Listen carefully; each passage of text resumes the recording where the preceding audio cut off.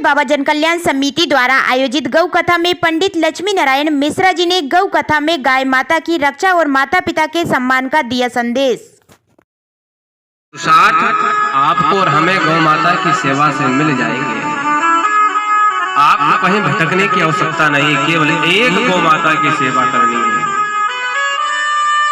जो आपको सारे बंधनों से मुक्त करके सारे पापों को दूर करते हुए गौ माता तुम्हें परम पद को प्राप्त कराती है। जिस घर में जैसे किलकारी बच्चे मारते हैं, वैसे जब गाय रंभाती है तो गाय गौ माता के रंभाने से जो ध्वनि निकलती है, सब गौ की सेवा से हमें 4 प्रसाद प्राप्त होते हैं, धर्म अर्थ काम और मोक्ष। जिस प्रसाद को पाने के लिए मनुष्य भजन करता है, तप करता है, माला फेरता है, मंदिर जाता है, तीर्थों में भ्रमण करता है, नर्मदा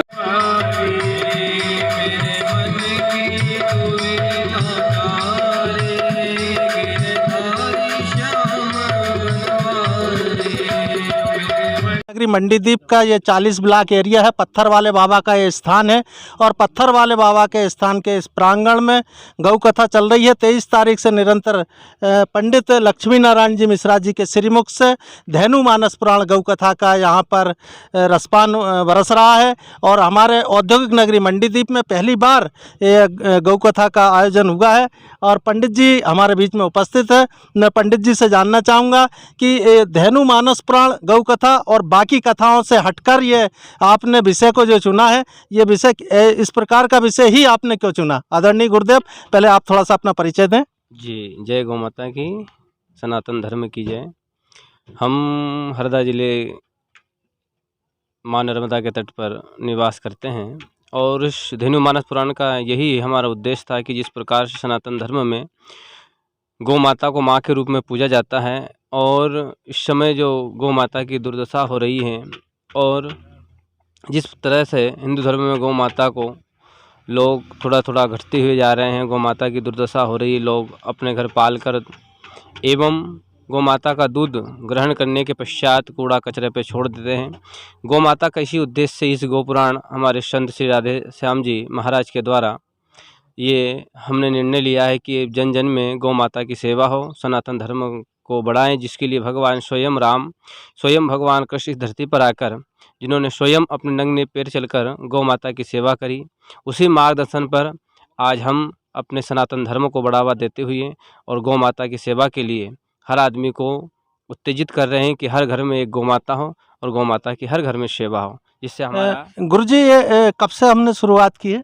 जी, ये गौ माता की जो कथा है ये हम तो बहुत समय से कर रहे हैं और राधेश्याम महाराज जी के द्वारा बहुत पहले भी हमने गौ कथा करी, भागवत कथा करी। उसी के यही माध्यम से एक जन आंदोलन और जिस प्रकार सनातन धर्म को बचाने के लिए गौ सबसे श्रेष्ठ है और बड़ी ही लाभकारी है गौ माता, जिसका दूध हम पान करते हैं, जिसमें 33 कोटि देवता विराजमान हैं। ऐसी गौ माता को हर घर में पालें और गौ की सेवा करें, यही हमारा एक उद्देश्य है।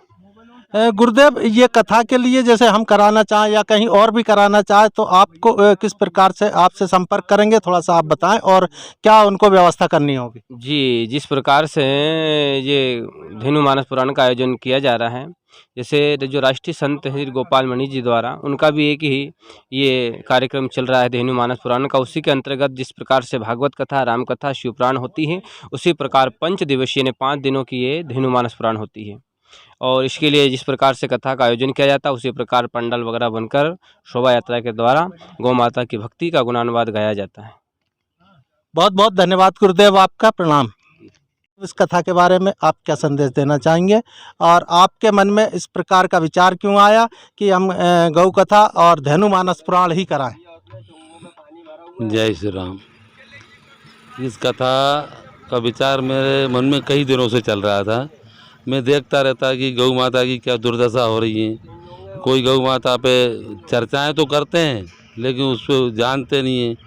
कई सनातन धर्म में कई लोगों से पूछा तो वो ये भी नहीं जानते कि गौ माता कहाँ से प्रकट हुई, गौ माता को गौ माता क्यों कहा गया, उसके अंदर 33 करोड़ देवी देवता कैसे विराजमान है। तो अब इस चीज़ की मैं व्यक्तिगत यदि किसी से बोलूँ तो एक एक को बोलूँगा। तो कथा के माध्यम से क्या है कि ये सब जने सबके मन में उसके जो महात्म्य है गौ माता का, उसका महात्म्य भी पहुंच जाएगा और जन जन तक ये बात पहुंच जाएगी। गौ माता जो अपने आज कचरा खाती फिर रही हैं, तो उसके लिए यदि हमारे गुरुदेव ने कथा के माध्यम से बोला कि हर व्यक्ति को एक गौ माता घर में जरूर रखनी चाहिए। जो शुरू दिन अपन ने कलश यात्रा निकाली, वो 3वीं मंजिल में गऊ को रखते हैं, जहाँ सोते हैं वहीं वो गौ माता बैठती क्या हमने। तो अपन ऐसा कुछ नहीं जैसे कई लोगों ने कहा कि हम पक्के मकान में कैसे रखें, वो टाइल्स के मकान में उन्होंने रखी, गौ सेवाएं करा हैं। आप जब कुत्तों को बिस्तर में सुला सकते हो, कुत्तों को आप मतलब दूध वगैरह पिला सकते हो, और जो गौ माता दूध दे रही है अमृत जैसा, उसको आप नहीं पाल सकते हो क्या?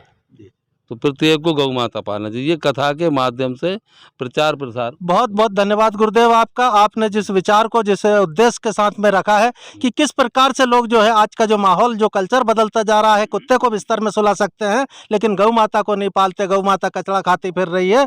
तो ये आपका जो संदेश इस कथा के माध्यम से औद्योगिक नगरी मंडीदीप के और आसपास के ग्रामीण अंचल के लोगों तक हम अपने चैनल के माध्यम से पहुँचाने का प्रयास करेंगे, ताकि इसका हर व्यक्ति को लाभ मिले और गौ माता की सेवा के लिए लोगों के अंदर विचार उत्पन्न हो। बहुत बहुत धन्यवाद। हमारे साथ में डॉक्टर मिश्रा जी भी उपस्थित हैं, जो कि इस आयोजन समिति के भी अध्यक्ष भी हैं। मैं आपसे भी जानना चाहूँगा, 2 शब्दों में आप भी अपने विचार रखें। नमस्कार सभी को। यहाँ पर पत्थर वाले बाबा में गौ कथा चल रही है। आप सभी लोगों से निवेदन है कि आप यहाँ आएँ और गौ के बारे में जानकारी लें और गौ पालने का प्रयास करें। धन्यवाद। एक से बढ़कर एक ताज़ी अपडेट के लिए आपके अपने SS News 24 चैनल को लाइक करें, शेयर करें और हाँ, सब्सक्राइब करना ना भूलें।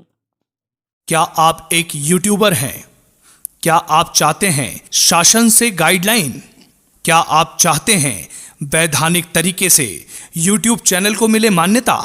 जी हाँ, तो आज ही जुड़िए। Web portal channel welfare association अब यूट्यूबर्स के लिए लेकर आया है एक नई सौगात, न्याय, नियम, अधिकार और संरक्षण। आज ही ज्वाइन करें।